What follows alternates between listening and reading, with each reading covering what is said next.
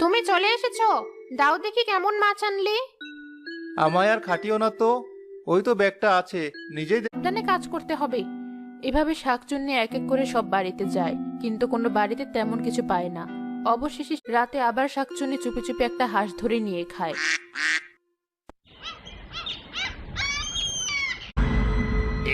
আমি কি দেখছি? মনে হচ্ছে এটা একটা শাকচুন্নি। না না, আমার ভয় পেলে চলবে না। মানুষের বাচ্চা দেখে আমার আগে হিংসা হতো। মানুষরা তাদের বাচ্চাগুলোকে কত ভালোবাসে আর আদরে রাখে, কিন্তু আমি শাকচুন্নি বল। শাকচুন্নি শাড়ি পরে দুলিকে নিয়ে বাইরে বের হলো। দুলি রাস্তার পাশে বসে থাকা এক সন্দেশওয়ালার কাছে গেল সন্দেশ কিনতে। যাও বাবা যাও। রাশেদ দোকানের পেছনে যায় আর কয়েক মুহূর্ত পর পানির গ্লাস হাতে ফিরে আসে। শিরিন দিনের কাজ শেষে রান্নাঘর পরিষ্কার করছিল। তার মুখে ছিল রাত তো অর্ধেক হয়ে গেল, চোরের তো কোনো নামগন্ধও নেই। বেটা কি আজ আর আসবে না নাকি? জৌলপুর গ্রামে বাস করত কাঠুরিয়া হামজা। সে গ্রাম সংলগ্ন গভীর জঙ্গলেই কাঠ কাটত। মা, তুমি কে? রোদ মাথায় করে এখানে দাঁড়িয়ে আছো কেন? কার বাড়ি খুঁজছো?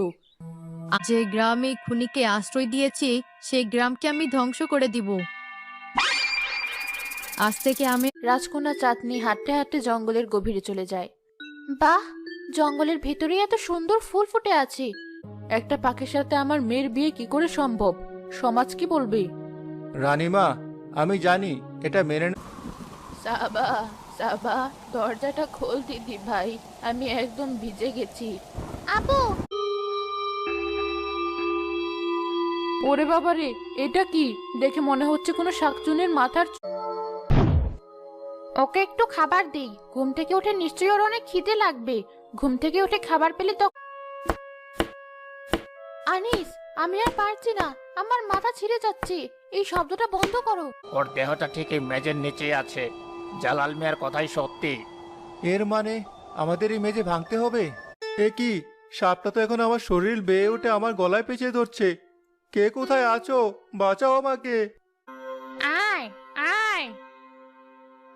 কে কে ওখানে? ধুর, বাতাসের শব্দ। এ কি, আমার নৌকার সামনে ওটা কে বসে আছে? কে কে আপনি? না, দোহাই লাগে তোমার, আমাকে মানুষ বানিও না। আমি দুর্বল হতে চাই না। ভালো করে শোন।